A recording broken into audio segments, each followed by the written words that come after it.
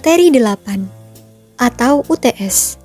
Metodologi desain adalah pendekatan sistematis dalam merancang solusi untuk masalah atau kebutuhan tertentu.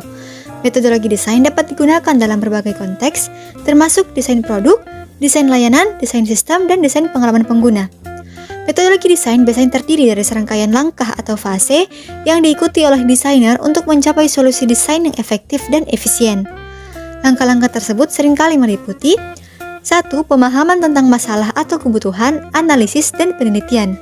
2. Eksplorasi dan pengembangan konsep, prototyping. 3. Pengujian. Dan 4. Implementasi. Sejarah metodologi desain. Pada awalnya, desain dianggap sebagai kegiatan yang tidak dapat diajarkan dan lebih banyak bergantung pada pengalaman, intuisi, dan naluri. Namun, pada tahun 1950-an, desain mulai dipelajari secara ilmiah dan sistematis. Salah satu kontributor awal dalam pengembangan metodologi desain adalah arsitek Christopher Alexander, yang dikenal karena teorinya tentang pola dalam arsitektur. Pada saat ini, metodologi desain terus berkembang dan berubah, didorong oleh teknologi yang semakin maju dan tuntutan pasar yang terus berubah. Namun, pendekatan yang berpusat pada pengguna tetap menjadi dasar dari hampir semua metodologi desain modern. Dari lintasan waktu dapat dikatakan bahwa metodologi desain telah berkembang dari pendekatan ilmiah hingga pengalaman pengguna menjadi fokus utama dalam desain. Pengembangan ini juga didukung oleh teknologi dan metodologi baru, seperti pengumpulan dan analisis data, pemecahan masalah secara kreatif, dan pemikiran berbasis sistem. Perbedaan metode dan metodologi. Perbedaan mendasar antara metode dan metodologi terletak pada fokus utama keduanya. Metode merujuk pada teknik atau langkah-langkah konkret yang digunakan untuk mencapai tujuan atau memecahkan masalah, sedangkan metodologi merujuk pada studi atau pemikiran tentang metode-metode tersebut. Dalam hal ini, metode lebih terikat dengan tindakan praktis atau aplikatif, sedangkan metodologi lebih terkait dengan konsep dan pemikiran teoritis. Meskipun demikian, kedua istilah tersebut saling berkaitan dan tidak dapat dipisahkan sepenuhnya. Metodologi merupakan kerangka kerja yang menyediakan panduan untuk memilih dan menerapkan metode yang tepat dalam suatu situasi atau bidang tertentu. Dalam prakteknya, metode yang digunakan dalam suatu proses seringkali didasarkan dari metodologi yang telah terbukti efektif dalam bidang tersebut.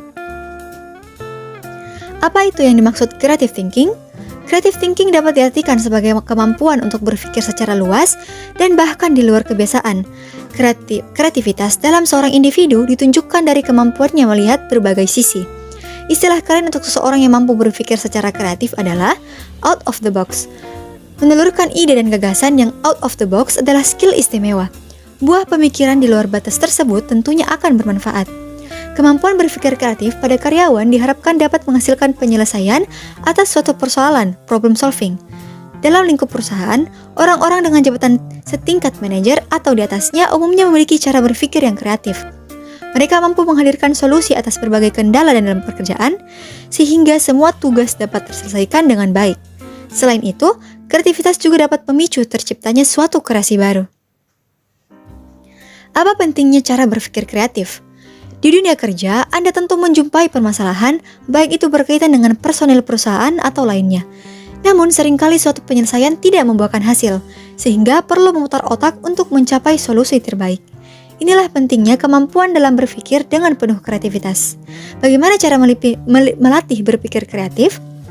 Mungkin Anda akan bertanya-tanya bagaimana cara untuk melatih kemampuan creative thinking.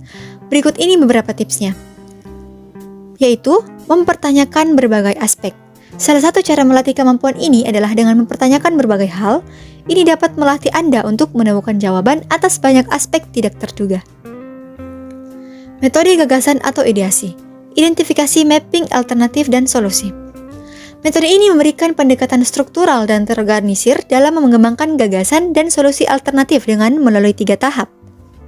Tujuan metode gagasan atau ideasi adalah untuk membantu seseorang atau tim dalam memperoleh ide-ide dan gagasan yang kreatif dan efektif untuk mengatasi masalah atau tantangan yang dihadapi. Konsep desain dan pengembangan konsep desain. Konsep adalah abstrak, identitas mental yang universal yang menunjuk pada kategori atau kelas dari suatu identitas, kejadian, atau hubungan. Konsep desain adalah ide inti yang fokus pada perencanaan suatu produk atau karya yang dijelaskan melalui kumpulan sketsa, gambar, dan pernyataan tertulis. Konsep dasar perancangan yaitu dapat menjawab 3 pertanyaan yang terkait target yang ingin diraih, pesan yang ingin disampaikan, serta perencanaan media.